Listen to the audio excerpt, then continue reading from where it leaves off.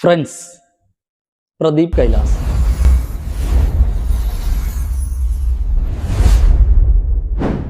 കൈലാസ് ടിപ്സിന്റെ കഴിഞ്ഞ ആഴ്ചയിലെ വീക്കിലി അനാലിസിസിൽ ഞങ്ങൾ പറഞ്ഞിരുന്നു, സ്വർണം പുതിയ റെക്കോർഡ് സൃഷ്ടിക്കുമെന്നും ലോഹം 3750 മറികടക്കുമെന്നും സ്വർണത്തിന്റെ അടുത്ത ടാർഗറ്റ് 3800 ആയിരിക്കുമെന്നും. പ്രതീക്ഷിച്ചതുപോലെ സംഭവിച്ചു. ലോഹം 3800 അടുത്തേക്ക് കയറി വന്ന് കറക്ഷൻ, തിരുത്തൽ നടത്തുകയാണ് ഉണ്ടായത്. സ്വർണം അടുത്ത ആഴ്ചയിൽ ഉയരും.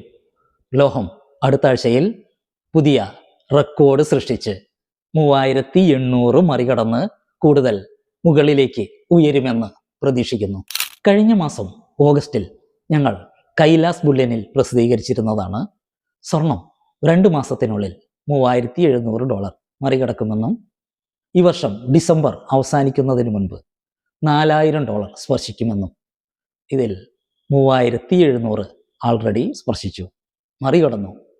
ഇനി അടുത്തതായുള്ളത് $4000 ആണ്.